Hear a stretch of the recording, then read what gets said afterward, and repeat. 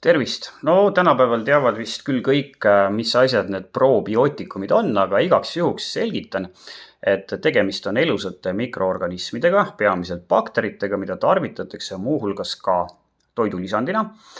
Ja levinud arvamuse kohaselt töötab üks korralik probiootikum nii, et see jõuab näiteks kapsli sisse peidetuna ja sisse sööduna sinu poolt sinu soolestikku, hakkab seal kenasti ja lõbusalt vohama ja moodustab uusi kolooniaid ja ajab sealt soolestikust välja need bakterid, mis ei ole sulle võib-olla nii kasulikud. Teadusuuringutes on probiootikumidega saadud kliiniliselt olulisi positiivseid tulemusi näiteks ärritunud soole sündroomi puhul ja neil on leitud ka olevat üldist immuuntervist tugevdavat toimet, mis avaldub muuhulgas näiteks harvemates haigestumistes ülemiste hingamisteede haigustesse. Kui sageli arvatakse, et probiootikumide tarvitamine enne või pärast antibiootikumi kuuri või selle ajal on samuti mõistlik, siis on tegelikult sellele väitele väga uskumatult kehv teaduspõhisus. Ja pigem näib, et probiootikumidest võib sel eesmärgil tarvitades keskmisele inimesele olla pigem natukene kahju. Ükskõik mil määral ja kas üldse probiootikumid mõnda tervisehäda parandavad või üldist tervist tugevdavad, on seni arvatud, et selles küsimuses on ülimalt oluline, et võimalikult suur hulk toidulisandina sisse võetavaid probiootilisi bakterid oleks elus ja suudaksid su maos valitseva ebasoodsa keskkonna läbida, jõuda soolestikku ja hakata seal kenasti paljunema. Viimastel aastatel on aga mitmed väga heal tasemel teadusuuringud näidanud, et tegelikult ei pea toidulisandina tarvitatavad mikroorganismid neile omistatava toime tekitamiseks olema üldse elus. Ja see viitab omakorda väga tugevalt sellele, et võib-olla me oleme üldse seni eksinud selles osas, kuidas head bakterid meie tervist parandavad. Siinkohal ongi mõistlik tuua mängu selline nähtus nagu postbiootikumid, mis kujutavad enesest tavaliselt samu headeks peetavaid mikroorganisme, mis on aga enne tarvitamist teadlikult peamiselt kuumtöötlemise käigus nii-öelda tapetud, ehk siis tegemist on surnud bakteritega, mis ei saa su organismis mingil moel sarnaselt elusate bakteritega levima hakata ja uusi lõbusaid kolooniaid moodustada. Ja järelikult peaks neil puuduma igasugune või siis vähemalt probiootikumidega sarnane positiivne toime.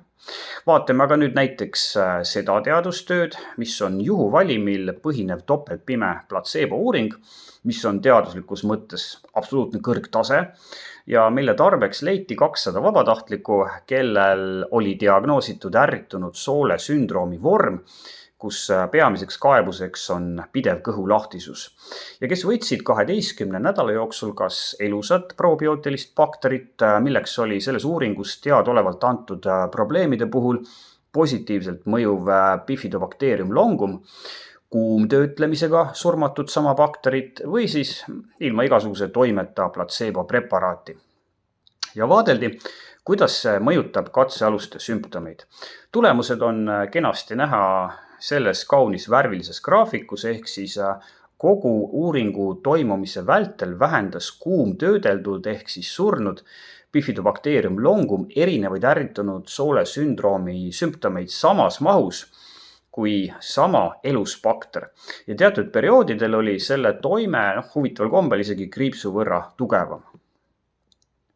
Postbiootikumi positiivset mõju ärritunud soole sündroomi sümptomite vähendamisel jälgiti ka selles uuringus, kus 20 erinevast Saksamaa piirkonnast pärit ärritunud soole sündroomi diagnoosiga inimesel anti 8 nädala vältel kas ilma igasuguse toimeta platseebo preparaati või siis kuuma töötlusega surmatud probiootilist bakterit Bifidobacterium bifidum.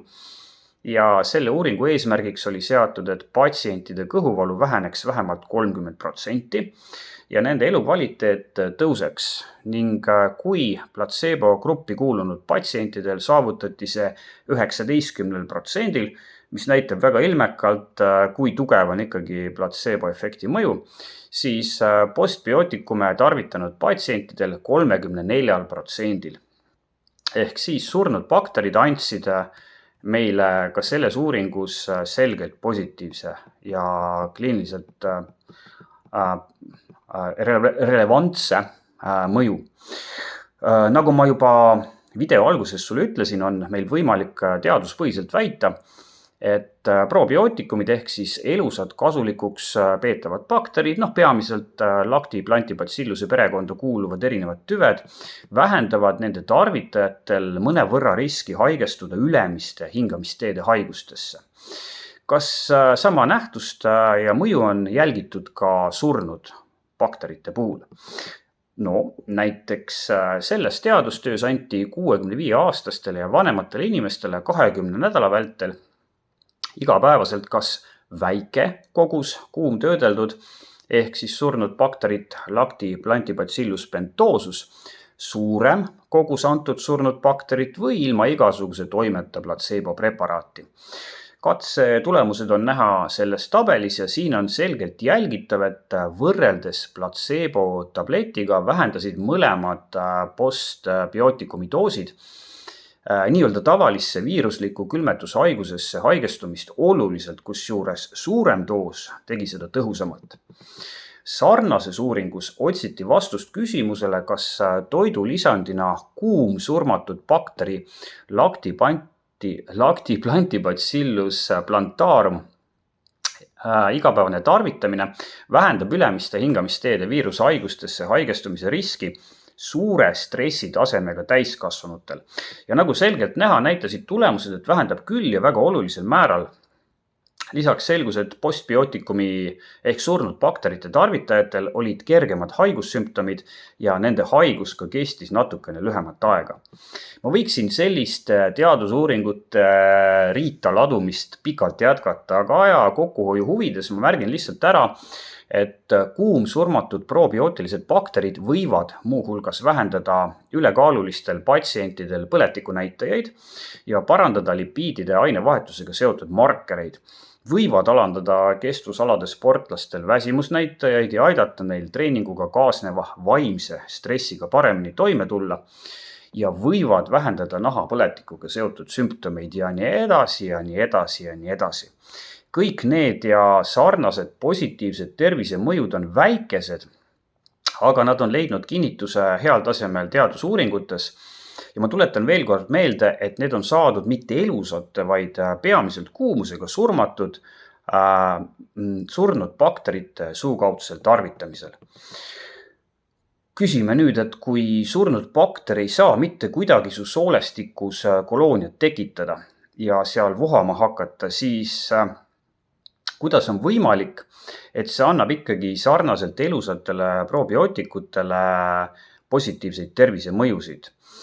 Ja tegelikult, kui me sellele juurdleme, on meile üsna selge, et me oleme võib-olla valesti aru saanud sellest, milliste meetoditega kasulikud bakterid, mida me suukaudselt sisse sööme, meie tervist parandavad.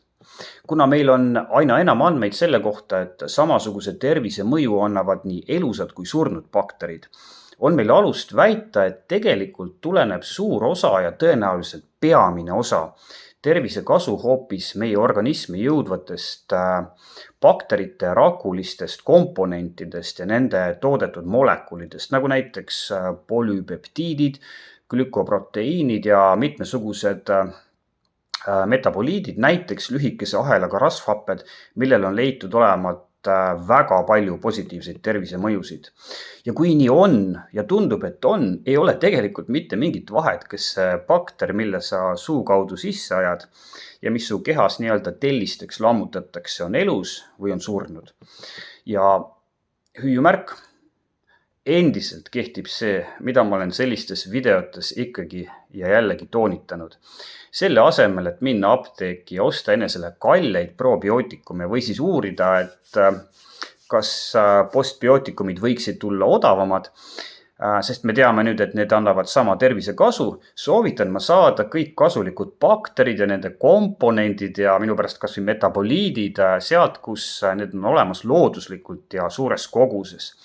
Ehk siis erinevat tüüpi kääritatud toidust, nagu hapukapsas, kimchi, maitsestamata jogurt ja muu sarnane hääkraam. Jõusaalis näeme!